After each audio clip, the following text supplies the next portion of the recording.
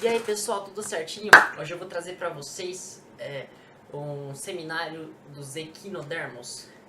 Mas professor, o que é equinodermo? É de comer? Não, gente, equinodermos é um filo dividido em 10 subfilos de animais exclusivamente marinhos. Ou seja, eles habitam apenas água salgada. Não habitam água doce, não habitam estuários, não habitam ambiente terrestre, apenas ambiente marinho, ambiente de água salgada. Eles têm o hábito alimentar, são carnívoros, sim, carnívoros. Alguns são predadores, outros comem restos, enfim.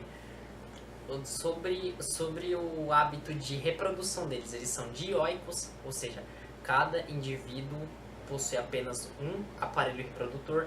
Então, o indivíduo X só vai ser macho, outro indivíduo só vai ser fêmea. E a reprodução é sexuada, embora não haja cópula. O que quer dizer isso? Há a união de gametas, mas não há a união dos indivíduos. Não há a união dos aparelhos reprodutores. O macho solta os gametas na água, se atingir uma fêmea bem, se não atingir, é assim que funciona. Também, mais pra frente eu vou explicar uma segunda maneira de reprodução deles, que pode ser considerada uma maneira de reprodução, mas não é, o foco não é bem isso propriamente dito. É um filo onde todos os animais possuem um exoesqueleto de... como fala?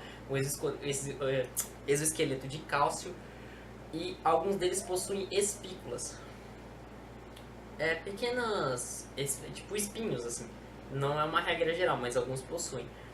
E o filo é dividido em 10 subfilos, sendo que um deles foi descoberto recentemente, poucos meses, e outro só tem indivíduos extintos desde o Paleozoico. Uma característica incomum desses indivíduos é a regeneração dos mesmos. Seguinte, nós, seres humanos, Homo sapiens sapiens, não possuímos regeneração, possuímos cicatrização. Então, caso perdemos um membro, caso tenhamos um membro amputado, esse tecido vai se regenerar aqui, mas meu membro já era. Eu perdi, vai deteriorar. Se eu quiser usar prótese, se eu tiver dinheiro para prótese, bem. Se eu não tiver, eu fico sem minha mão, meu braço. Já os répteis possuem uma regeneração, alguns apenas na cauda, outros em todos os membros. Por exemplo, os da cauda, a lagartixa possui regeneração da cauda, a iguana possui regeneração de membros, patas traseiras, dianteiras, cauda também. Mas a regeneração dos equinodermos é outro nível. E dentro dos equinodermos, os que têm a melhor regeneração são as estrelas do mar. E eu vou explicar aqui como as estrelas do mar se regeneram. O seguinte, a estrutura de um equinodermo é formada basicamente assim. A massa, eles não têm uma massa cefálica como a gente, eles não têm um cérebro bem desenvolvido, eles têm gânglios nervosos, onde existe um anel central, fica no centro do animal, não é difícil de imaginar isso. Em cada ramificação do animal, em cada parte do corpo, também vai ter outros gânglios menores. Para que isso? Primeiro, para facilitar a troca de informações, porque eles, para defesa e tudo mais, porque eles não são animais rápidos, não tem uma locomoção rápida. Segundo, para caso eles se quebrem, para o processo de regeneração já começar. Então vamos supor que minha mão seja uma estrela do mar. Eu vou colocar a imagem no vídeo, mas só um exemplo. Caso eu perca um dedo, eu vou ficar com isso aqui. Esse meu dedo que eu perdi vai se tornar uma nova estrela. Esse membro aqui vai se tornar uma nova estrela. E aqui. Então, esse membro consegue se regenerar em uma estrela. E essa estrela que perdeu o membro consegue regenerar aquele membro. Então, por isso que eu falei que isso pode ser considerado uma maneira de reprodução, mas o foco não é isso. Mas como que eles conseguem se reproduzir de tal maneira? Estudos mais recentes apontam que eles têm um mecanismo de reparo de DNA muito eficaz, muito mais eficaz que de tubarões, selacantos. Então, o processo de mitose deles não vai ser uma coisa desordenada, porque ele não vai gerar câncer, não vai gerar um tumor. Então a regeneração dele consegue ser assim, um nível bem mais avançado.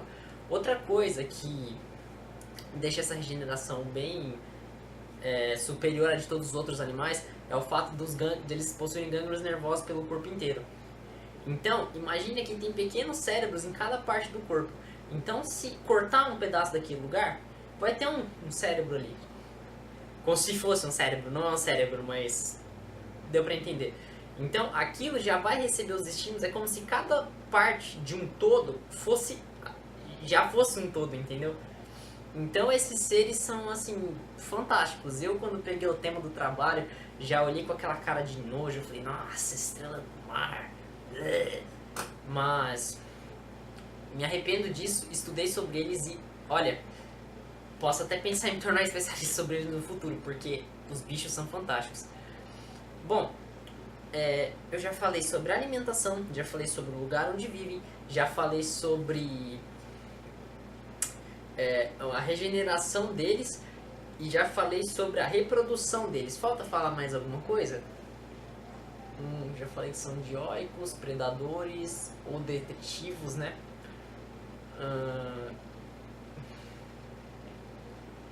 Eu acho que não falta mais nada.